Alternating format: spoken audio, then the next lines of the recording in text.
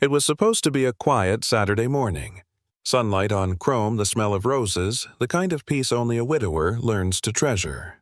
Then, her SUV slammed into my mailbox and tore through my late wife's rose trellis like a wrecking ball through memory. The sound of splintering wood and twisting metal still echoes in my head.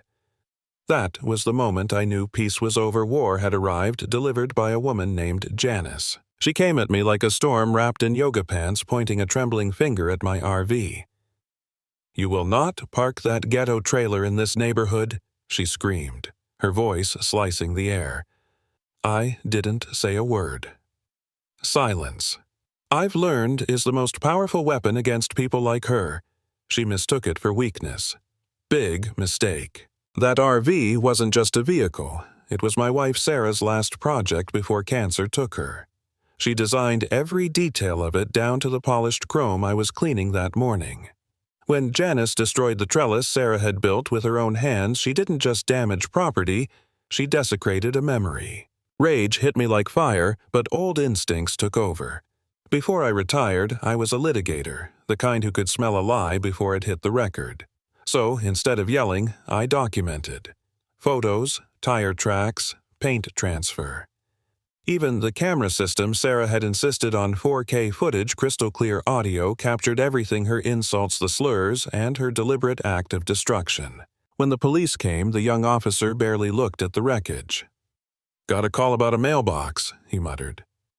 But once I played the video, his expression changed. That bored, seen-it-all look vanished. "Well, damn," he whispered. "That's about as clear-cut as it gets." He took the report and said the DA would love this one. I figured justice would handle the rest. I was wrong. An hour later, a slick convertible pulled up across the street. Out stepped a man who looked like a game show host, dipped in fake tan and cheap cologne. Janice's brother Rick, a personal injury lawyer whose billboard I'd seen on the interstate. He strutted up my driveway with a smirk and said, "Let's clear up this little misunderstanding." He handed me a document, a settlement agreement. It offered $1 in compensation if I dropped all charges and sold my RV to his sister for the same amount, $1. I couldn't help it. I laughed. He blinked. "Is something funny? You're offering me $1, I said slowly, to give up my home and my wife's memory. "Do you realize how insulting that is?" Rick straightened up, puffing out his chest. "If you refuse," he said, "I'll bury you in lawsuits. Emotional distress, harassment, you name it. You'll lose your house before this RV ever moves again." I looked at him for a long moment, then let the old courtroom tone slip back into my voice, sharp, calm, deadly. "You've presented me with what you call a legally binding contract," I said. "Let's review. First, $1 as consideration for property worth $250,000, unconscionable. Second, no attestation clause, improper signatures missing, waiver language, sloppy beyond belief.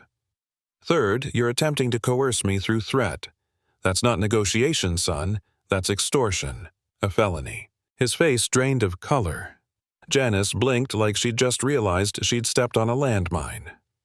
Who are you?" he stammered. I smiled.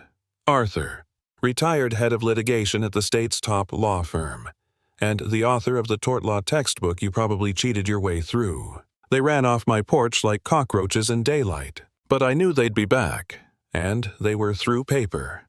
A week later, I got 2 letters. One from the HOA accusing me of parking a commercial eyesore. The other a cease and desist from Rick's firm claiming I was harassing his sister. It was a weak move, but a dangerous one. These people knew how to weaponize bureaucracy. For the first time in years, I felt tired. I questioned myself. Was I the stubborn old man who couldn't let go? Maybe I should just move the RV, avoid the fight.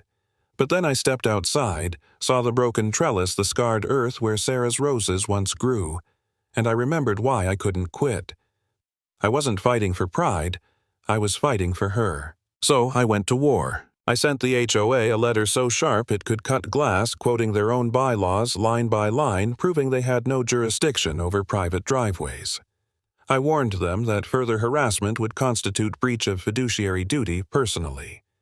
Certified mail, of course. Then I turned to Rick. I dug into court archives case by case. It didn't take long to find a trail of incompetence. Missed deadlines, lost clients, and one case that caught my eye, a widow named Maria, whose home burned down after her insurance claim was denied. Rick had represented her and lost catastrophically. I found Maria living in a rundown apartment. She was kind, soft-spoken, and still broken from that loss. I told her what I'd found, and she cried angry, relieved tears. "He ruined my life," she said. That's when I promised her, "We're going to make this right. I'll represent you for free." The fight gave me purpose again. While Janice spread lies on the neighborhood app calling me a dangerous drifter, I prepared 2 lawsuits. One against her for defamation and property damage. Another against her brother for legal malpractice on Maria's behalf. The first court hearing came fast. Rick filed for a restraining order claiming I was terrorizing his sister.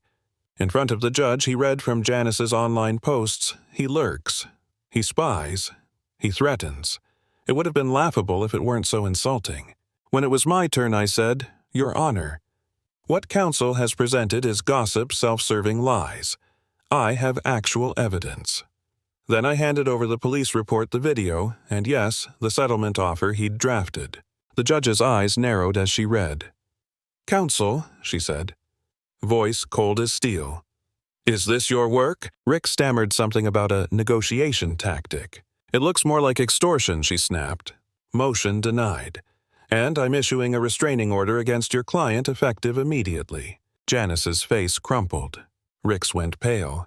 I'd just turned their weapon against them. But the real victory came later. While reviewing Rick's old files for Maria's case, I found the smoking gun and email chain proving he'd hidden a $50,000 settlement offer from her, rejected it without telling her, then lost the case entirely. Fraud. Pure and simple. I filed a motion for summary judgment. The next day, Rick called me, his voice trembling. "Arthur, please, let's settle this. I can pay." I told him, "You'll pay Maria $300,000, cover my damages, and your sister will issue a written confession and apology. And no, I'm not dropping the criminal complaint."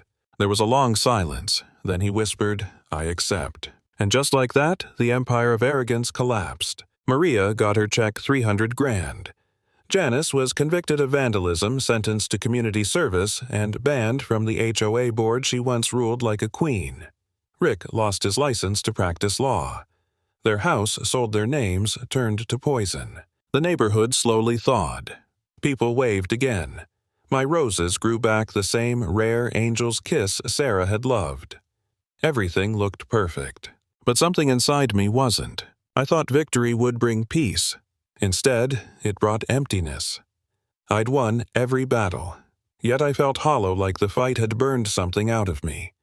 Nights were quiet, too quiet. Then one dawn, I saw her, a gaunt woman, standing at the end of the street, clutching a red gasoline can, staring at Janice's old house. She vanished into the fog before I could move. I found out later she was another victim of Rick's malpractice. A woman named Laura, who'd lost her husband and sanity after one of his botched cases. It wasn't hatred I saw that morning. It was grief. With help from a social worker, I tracked her down. They got her into treatment, and for the first time since this all began, I felt something close to peace. I packed my RV, drove to the Oregon coast, the first place Sarah and I had dreamed of visiting. The ocean wind felt like forgiveness. For a while, I believed the war was truly over. But when I returned home, there was a note under my windshield. Scrawled in crayon.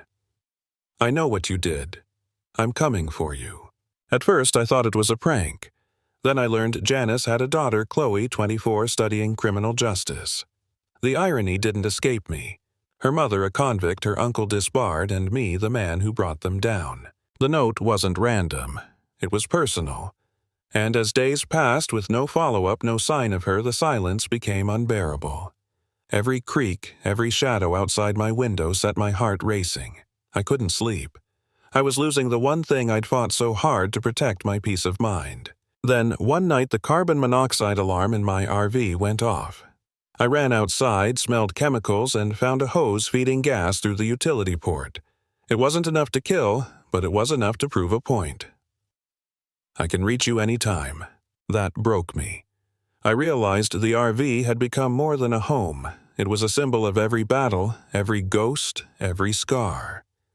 To protect Sarah's memory, I had turned it into a fortress. To protect myself, I had turned it into a prison. So I drove it into the mountains, parked where the sky burned orange at sunset, and lit a match. The explosion bloomed like a sunrise. It was over the fight, the fear, the endless cycle of vengeance. All gone in one final blaze. When I walked back down that mountain, there was nothing left to defend. Just ashes, and a strange kind of calm. I won every case. I beat every enemy. But in the end, I learned the cruelest truth of all: when you fight monsters long enough, you start becoming one.